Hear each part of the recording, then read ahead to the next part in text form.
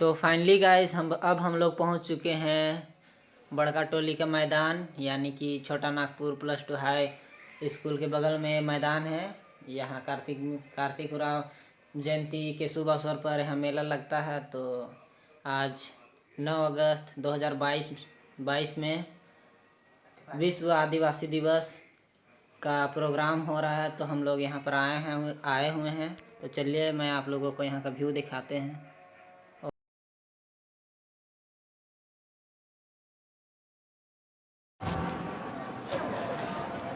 गाना की तैयारी करेंगे। उससे पहले माफी चाहूंगा, इस वक्त हमारे जो अभिभावक थे वो इस वक्त हमारे बीच मौजूद नहीं है। सभा का समापन के लिए मैं हमारे अभिभावक, हमारे मार्गदर्शक, एक बेहतर हमारे अभिभावक, एक बेहतर हमारे शिक्षक तो मैं बुला चलिए बहुत बहुत धन्यवाद। इस वक्त हमारे साथ जुड़ चुके हैं हमारे अभिभावक।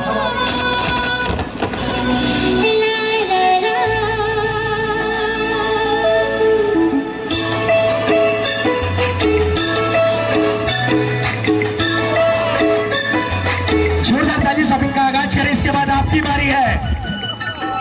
इतना मैं नहीं चलता हूँ, ताली बजी चाहिए जोरदार, तबे तापमान में फिर ताली बाजी।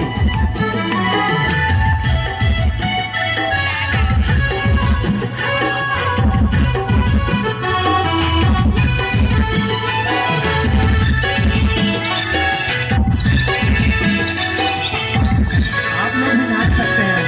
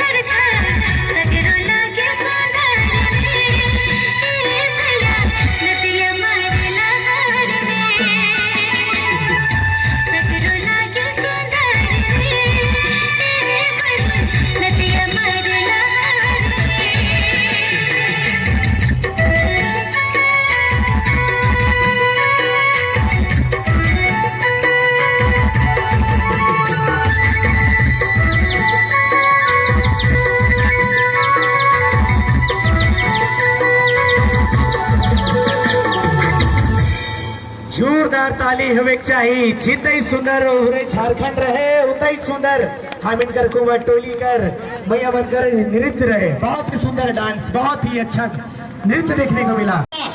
हम इन प्रकृति में पर्यावरण में संतुलन बनाए ले, पेड़ पौधा के लगाव ताकि प्रकृति में संतुलन बना रहे। आज ही मन से तमाम अगुआ मन के बधाई देवे चाहिए।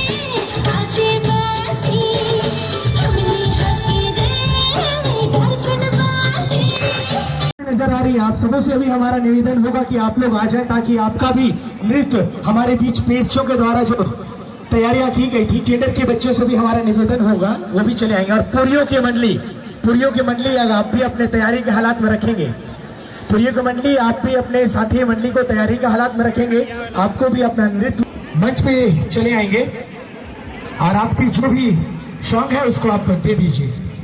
और ऐसे आप लोग दूर दूर खड़े हैं ना, मजा नहीं आ रहा है। आदिवासी अगर हकीकत में जानल जाओला नहीं तो उनकर नाच गान, पहनावा ओढ़ावा, पोशाक और झूमेगा और नाचेगा और गावेग में नजर आओ। लाइसन खड़ा होकर वीडियो बनाए वाला हम इनकर आदिवासी समाज अब लागे लाएगो कोडियाई लाएगा। तो आजकल कर हम कोई दिक्कत नहीं, आओ आओ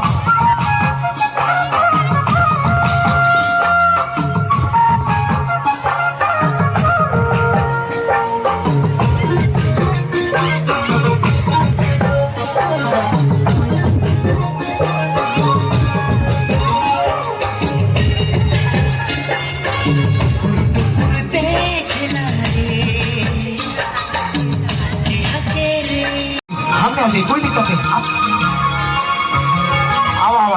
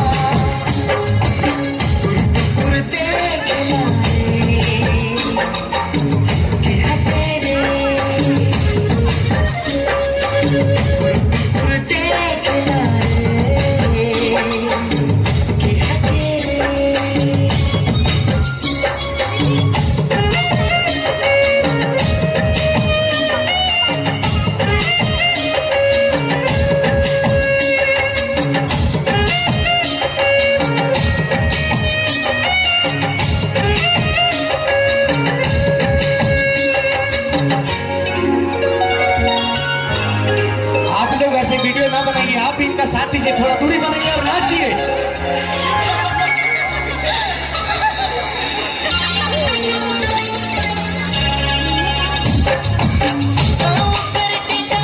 ऐसा नहीं काम चलेगा, आपको भी नाचना पड़ेगा। थोड़ा दूरी बनाइए और नाचना शुरू कीजिए।